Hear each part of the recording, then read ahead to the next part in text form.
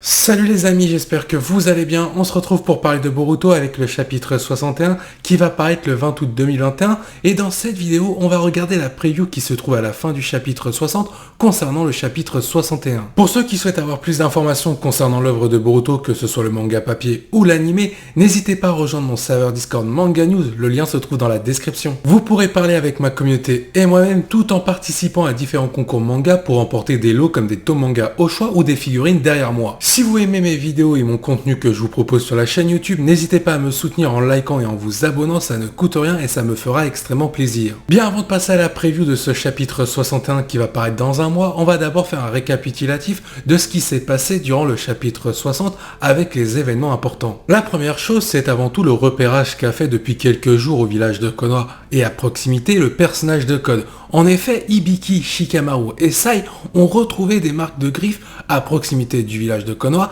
ainsi que sur les villages voisins. Ce qui est plutôt intéressant dans cette scène-là, c'est qu'on a une mise en lumière sur les capacités de déduction de Shikamaru sur le fait que la distance des griffes de Code par rapport aux marques pourrait correspondre à une sorte de téléportation. On le sait, le personnage de Code est capable de se téléporter grâce à la ceinture métallique qui se trouve sur sa tête pour aller par exemple d'un point A à un point B en passant derrière un ennemi. On avait pu voir notamment cette faculté-là à l'œuvre face aux gardes de Boro qui gardaient la secte. D'ailleurs, le personnage de Shikamaru va faire une référence avec la technique du 4e Hokage, c'est-à-dire Minato, qui avait la possibilité de se téléporter avec son kunai. Et forcément, ces techniques-là ressemblent un peu à celles de Code par rapport à sa ceinture métallique. Autre point de ce chapitre-là, c'est le personnage d'Eda qui est suspecte par rapport à ses capacités. Elle n'a pas tout montré au personnage de Code, comme on avait pu le voir dans les chapitres précédents, que ce soit sa capacité à voir tout ce qui se passe à travers le monde shinobi depuis sa naissance ainsi que jusqu'à son présent, et notamment l'autre capacité qui lui permettait de manipuler la volonté des personnes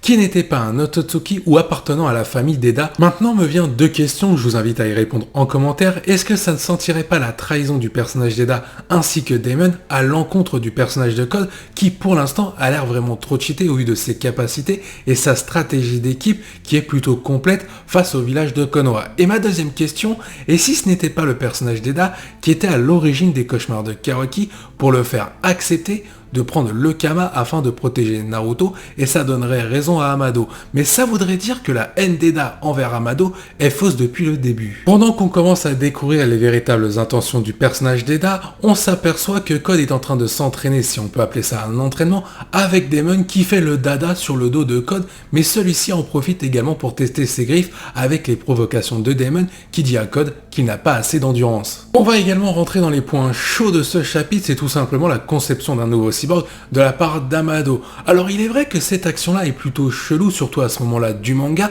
Pourquoi il n'a pas conçu des cyborgs bien avant pour aider le village de Konoha face à Ishiki Otsutsuki par exemple? Maintenant, attention, Amado, sa principale force, c'est tout simplement ses connaissances, que ce soit sur les cyborgs ou les Otsutsuki, ou les différentes menaces qui vont arriver comme le personnage de Code, car c'est lui-même qui l'a conçu. Alors le fait qu'il veut concevoir des cyborgs pour le village de Konoha afin de les aider tout comme il le faisait pour Kara, on peut se dire qu'en réalité c'est un gentil et il veut le bien du village. Cependant, c'est ses réactions à côté qui sont plutôt cheloues à l'égard de Sumire notamment, où il perd souvent le contrôle sur son self-control. Et après, on le retrouve aussi en train de demander à Kawaki si celui-ci veut récupérer le Kama, alors que Kawaki, le Kama pour lui c'est une malédiction. Donc Amado, est-ce qu'il n'est pas en train de jouer un double jeu en se rendant utile pour tout le monde afin de la mettre à l'envers? D'ailleurs, je vous propose une théorie en commentaire, et si le cyborg d'Amado n'avait pas un lien avec le personnage de Sasuke qui est absent depuis plusieurs chapitres? On sait que ces deux personnages-là ont eu une discussion qui nous a pas été montrée, et je pense que ça avait un lien par rapport aux menaces qui vont arriver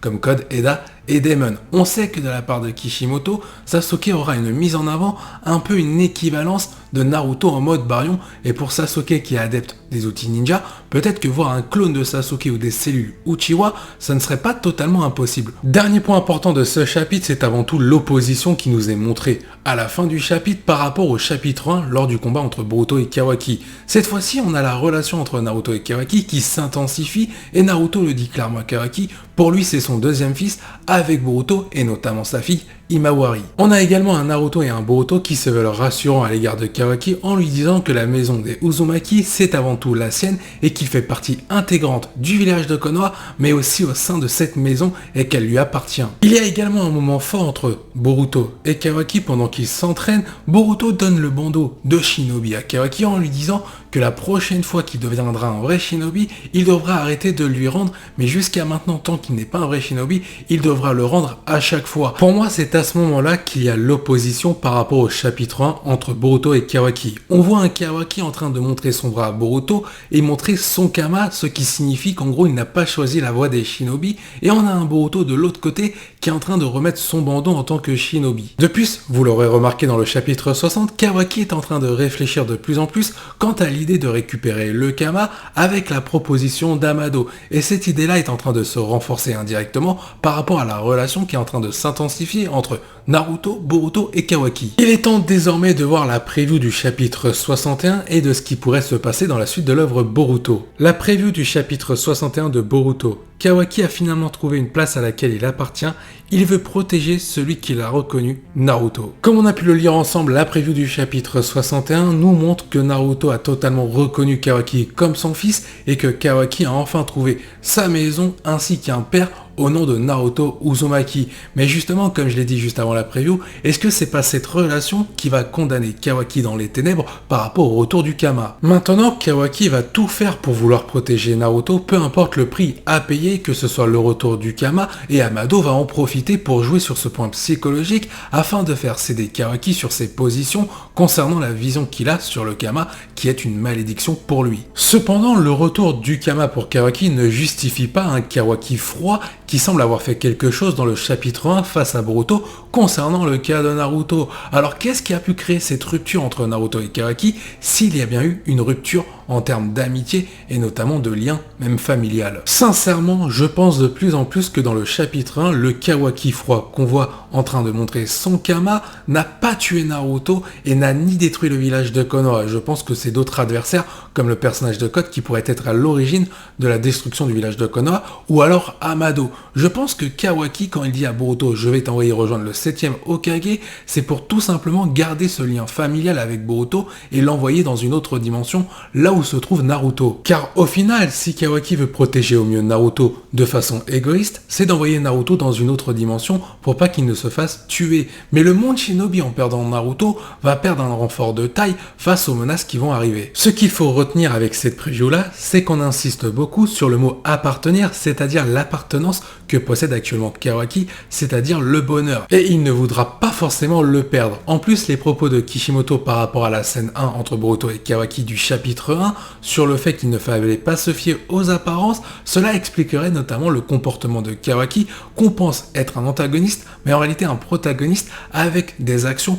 plutôt mauvaise. Cette vidéo touche à sa fin, j'espère qu'elle vous a plu. N'hésitez pas à liker, de vous abonner et de laisser un petit commentaire par rapport à tous les propos que j'ai pu tenir dans cette vidéo. Je vous dis à la prochaine, portez-vous bien, salut les KT.